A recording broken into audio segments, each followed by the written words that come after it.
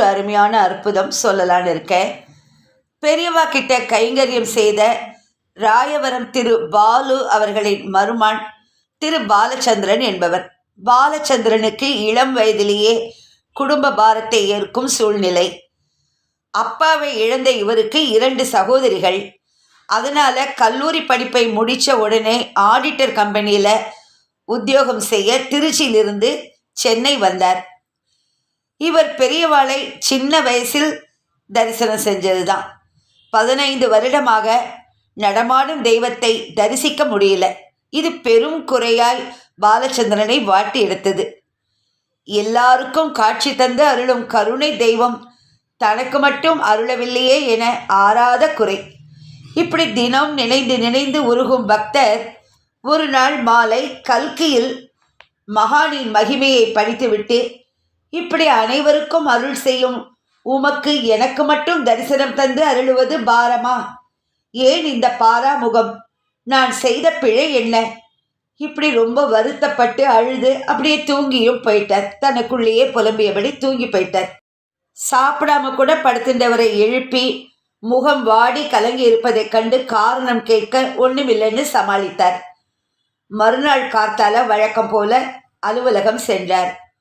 முதல் நாள் நடந்த சம்பவங்களால் முகம் களையிழந்து காணப்பட மேலதிகாரி என்ன காரணம், ஏதேனும் குடும்ப பிரச்சனையான்னு கேட்டார். ஒண்ணுமில்லைன்னு சமாளிச்சார் பக்தர். இதற்கு பிறகு மேலதிகாரி சொன்னது பாலச்சந்திரனை அதிர்ச்சி அடைய செய்தது.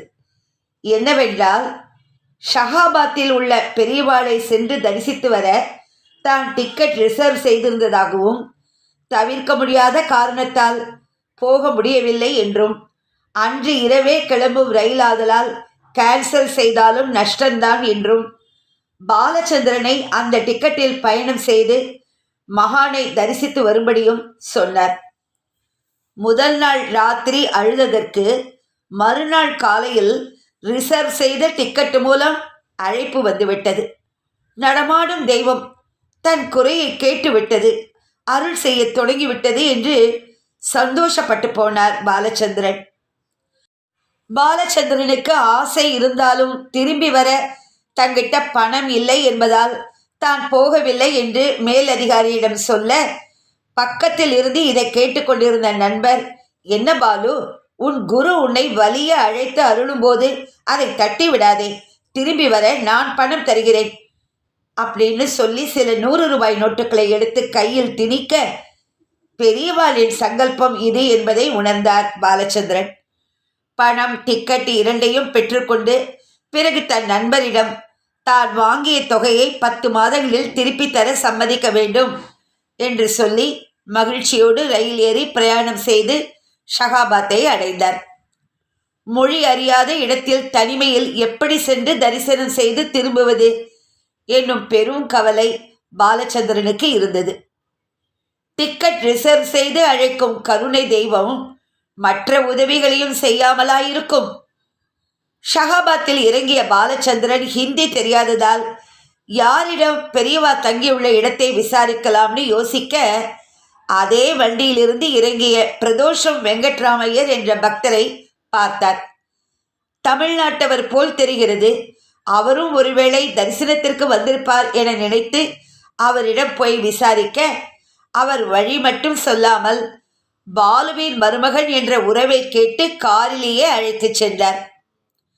தன்னுடைய நெடுநாளைய கனவு நினைவாகி எதிரில் சாக்ஷாத் பரமேஸ்வரனான பெரியவாளை கண்ணார கண்டார் பாலச்சந்திரன். அதுவும் மகா சிவராத்திரி புண்ணிய நாளில் சிவனை நேரில் தரிசித்தார். கண்கள் கடலாக நீர் சொரிய மகானின் கருணையை நினைத்து உருகினார்.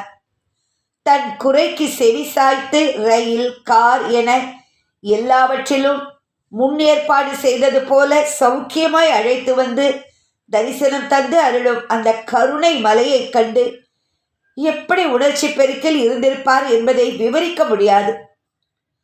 தன் ஆசை நிறைவேறி மகா பெரிவாளின் அருளாசியுடன் ஊர் திரும்ப விடை பெற்று கொண்டு பிரிய மனமில்லாமல் புறப்பட்டார். திரும்பி செல்ல ரயில் டிக்கெட் வாங்க வேண்டும். ரிசர்வேஷன் கிடைக்குமா என ஹிந்தியில் விசாரிக்க யாராவது உதவி செய்வார்களா என சுற்றுமுற்றும் பார்த்தார். பேங்க் ஆஃப் அமெரிக்காவில் பணிபுரியும் ராமன் என்ற பக்தர் பெரியவாளை தரிசித்துவிட்டு சென்னை திரும்ப ரயிலுக்கு காத்திருப்பதாகவும், உடன் வர இருந்த ஒருவர் வராததால் அவர் டிக்கெட் தன்னிடம் இருப்பதால் அதிலேயே பயணம் செய்யும்படியும் தெரிவித்தார். அதிர்ந்து போனார் பாலச்சந்திரன். என்னே உன் கருணை! பக்தவத்சலன் என்றால் இவரென்றோ என உருகி ஊர் வந்து சேர்ந்தவர் நண்பர் கொடுத்த பணத்தை நன்றியுடன் திருப்பி தந்தார். நயா பைசா செலவில்லாமலும் எந்தவித முன்னேற்பாடும் இன்றி இவ்வளவு தொலைவு சௌகரியமாய் அழைத்து தரிசனம் தந்து அருள முடியும் என்றால் அது காஞ்சி மகானாகத்தான் இருக்கும். எப்பேற்பட்ட ஒரு அற்புதம்! நாம் எவ்வளவோ ஏற்பாடு பண்ணி கிளம்பணும்னு நினச்சா கூட ரொம்ப கஷ்டப்பட்டு தான். சில சமயம் தடைகள் வரலாம், அந்த பிரயாணமே கேன்சல் ஆகலாம். ஆனால் திடீர்னு அவருக்கு பெரியவாளை தரிசிக்கிறதுக்கு ஒரு சந்தர்ப்பத்தை பெரியவாளே அமைச்சு கொடுத்து சௌகரியமாகவும் போய் வந்து தரிசனம் பண்ணியிருக்காருன்னா கண்டிப்பாக காஞ்சி மகா பெரியவாளோட கருணையே கருணை.